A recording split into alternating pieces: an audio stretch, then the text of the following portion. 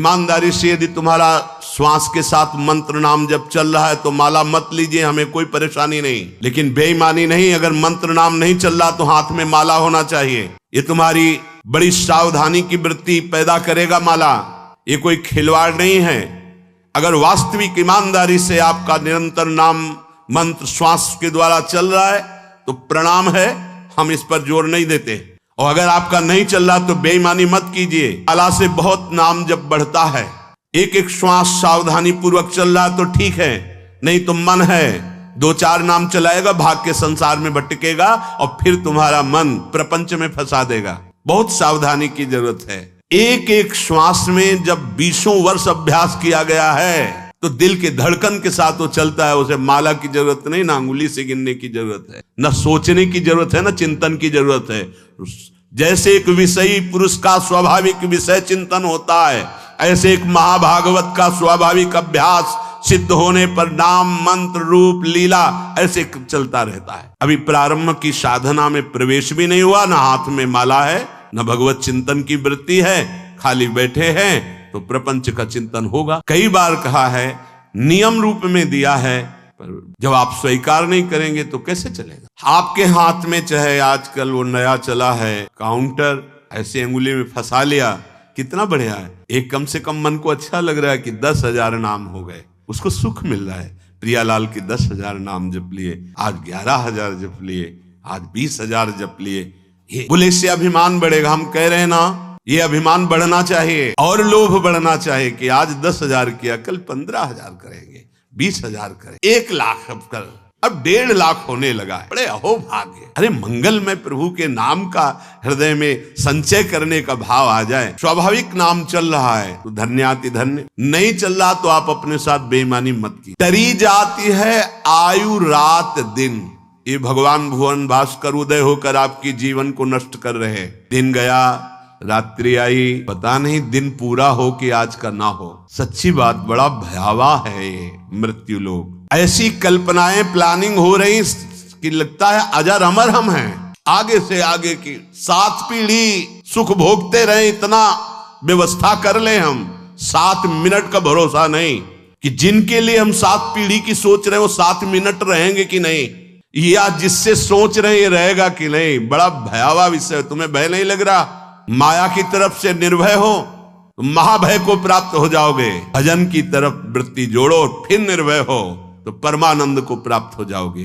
तरी जाती है आयु रात दिन, रसना प्रेम सहित कही हरि हरि हरि, राधा कानन शरण मना परी। मन से और तन से यदि वृंदावन का सेवन करने का सौभाग्य मिला है, तन से तो वृंदावन वास हो ही रहा है, पर मन से भी करो। कैसे होगा? तो बोले रसना हरि हरि, दिव्या हरि हरि नाम, राधा राधा राधा, कृष्ण कृष्ण कृष्ण, ये रटना प्रारंभ करो। ना हाथ में माला है, ना मन में मंत्र चल रहा है, ना नाम चल रहा है, असंतुष्टता होती। किसके साथ तुम धोखा कर रहे हो? अपने साथ कर रहे हो। आज कोई टोकने वाला है, कल कोई टोकने वाला नहीं मिलेगा, कोई रोकने वाला नहीं मिलेगा। रौन देगी माया। विश्वास कीजिए, लाखों सर झुकाएंगे, लेकिन चूक जाओगे तो कोई तुम्हारा मुंह नहीं देखना चाहेगा। ध्यान रखना, ये संसार है। सही मार्ग पे चलोगे, भगवत भजन करोगे, नहीं तो ठेका नहीं लिया संसार ने तुम्हें सर झुकाने का। अगर आज सर झुका रहा हो, नाम जप और सही ढंग से नहीं चलोगे तो कल तुम्हारा कोई चेहरा नहीं देखना चाहेगा, तुम्हारी छवि उठाकर नाली में फेंक दी जाएगी। ये संसार है। होश में भगवान ने तुम्हें केवल विरक्त मार्ग, भगवत मार्ग दिया है भजन करने के लिए। रात दिन तुम्हारी आयु क्षीण हो रही, कमाई कर लो, जाना है प्रभु के पास। यहां की प्लानिंग है केवल धर्म पूर्ति के लिए सोचो, भगवत प्रसन्नता के लिए सोचो। मान जाओ मेरी बात। नहीं, बहुत बहुत इतिहास साक्षी हैं, बस प्लानिंगें ही चलती रहती। मन की मन में ही रह गई, कुछ कर नहीं पाए, और जो मन में रह गई वो आगे जन्म के विस्तार कर दिया। बड़े महापुरुष कह रहे हैं, तरी जाती है आयु रात दिन, रात दिन चला जा रहा है। काल करे सो आज कर, आज करे सो अब, पल में परलय होएगी, बहुरी करोगे कब। भजन के लिए अरे फिर कर लेंगे, और भोगों के लिए, विषय के लिए, प्रपंच के लिए अभी उल्टा करो। जब भोगों के लिए मन लालायित हो तो आगे के लिए टाल दो, भजन के लिए अभी अभी अभी इसी समय से राधा राधा राधा। अरे मित्र, तुम परम पावन यमुना के पुलिन पर आ गए हो तो बैठ करके खूब नाम जप करो, नाम कीर्तन करो, प्रभु की लीला गायन करो। तो कुंवरी किशोरी जी ये देख करके जहां स्वामिनी जी ने अपनाया, तुम्हारे हृदय में आनंद स्रोत खुल जाएगा। हरिवंश प्रसाद से स्वामिनी जी तुम्हें अपने चरणारविंद का परम सुख प्रदान करेंगी। स्वामिनी जी के चरणों से प्रेम रस धारा बहती रहती है। आचार्य प्रसाद से, गुरुदेव प्रसाद से स्वामिनी जी कृपा करेंगी, संबंध का निर्वाह करती हैं वो, आपके हृदय में प्रेम जागृत कर देंगी। निर्दूषित, अगर हमारे अंदर रहनी दूषित रही तो धाम में रहते हुए अंतिम समय यहां शरीर छूटे कल्याण हो जाएगा, पर प्रिया प्रीतम के समीप पहुंचना, उनकी नित्य सेवा में पहुंचना ये दुर्लभ हो जाएगा। कह रहे हैं कि कृपा से तुम्हें लाडली जी ने वृंदावन धाम का अगर वास दिया है तो रसिकों का संग भी दिया, तो निर्दूषित वास करो। निर्दूषित, हमसे कोई अपराध न बन जाए, हमसे कोई दोष न बन जाए। वैसे ये व्यवहार शून्य देश है, ये प्रेम मार्ग के पथिकों का है। यहां केवल प्रिया प्रीतम की प्राप्ति का लक्ष्य लेके आया जाता है, यहां केवल प्रिया प्रीतम की प्राप्ति का ही साधन किया जाता है, यहां केवल प्रिया प्रीतम अपने मानने वालों का ये देश है, अन्य कोई वृत्ति ही नहीं। दो बातें, अगर वृंदावन का वास मिला है तो निर्दूषित वास करो, कोई आपसे अपराध न बने, कोई दोष न बने, और सदैव रसिक जनों के संग में रहो, उनकी आज्ञा में रहो। तो ये दृढ़ व्रत क्या करेगा, प्रिया प्रीतम का संग प्रदान कर देगा। यह है साधन। वृंदावन का आश्रय वास स्वीकार किया, रसिक जनों का संग, तो अभंग प्रेम रंग प्रदान करने वाले प्रिया प्रीतम का संग प्राप्त हो जाएगा। वृंदावन हित रूप चिंतवत कुंजनि विचरी प्रेम सो उर्भरी। जहां आपके हृदय में एक बार प्रिया प्रीतम प्रकाशित हुए, ये कुंज निकुंजे इसी दृष्टि से आपको दिखाई देने लगेंगी, नवीन नवीन लीला रस में डूबे रहेंगे। पर निर्दूषित कर वास रसिक जन, रसिक जनों का संग, तो फिर दुष्संग का त्याग, दुष्संग ना होने पावे।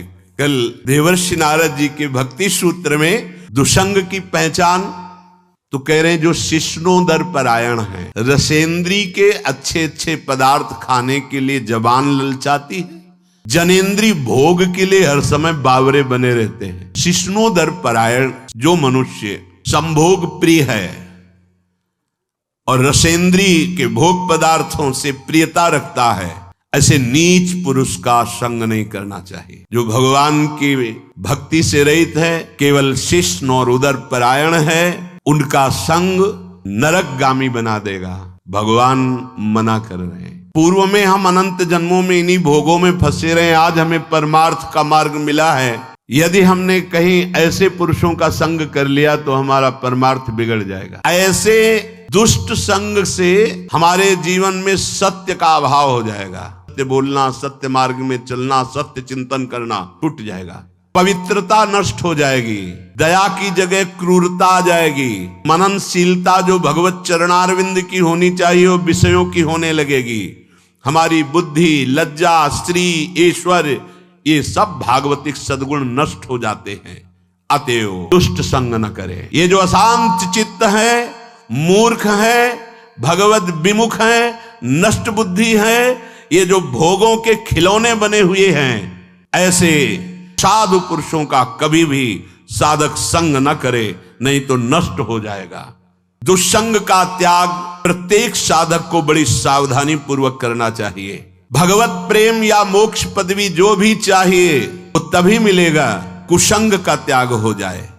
भगवान श्री रामचंद्र जी ने तो विभीषण जी से ये कहा, भगवान चाहे तो नरक का वास दे दे, अच्छा है, पर दुष्ट का संग न मिले, क्योंकि नरक भोगने से पाप नष्ट हो जाएंगे, हृदय पवित्र होगा, पर दुष्ट संग से हृदय में पाप बढ़ जाएंगे और अपवित्रता बढ़ जाएगी। दुष्ट संग बड़ा दुर्भाग्य उदय होता है तब मिलता है, जैसे बड़ा सौभाग्य उदय होता है, भगवत कृपा होती तब साधु संग मिलता है, ऐसे बड़ा दुर्भाग्य उदय होता है तब दुष्ट संग मिलता है।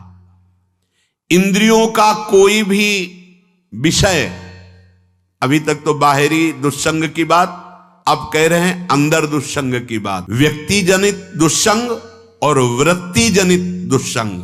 अब अंदर की बात, इंद्रियों का कोई भी विषय जो हमारे मन को प्रियालाल से अलग करके, सतमार्ग से अलग करके भोग लालसा पैदा कर दे, पाप लालसा पैदा कर दे, गंदे विचार बढ़ा दे, हमारे भगवत प्राप्ति से हमारे चित्त को चलायमान कर दे, वो दुष्संग है वृत्ति का।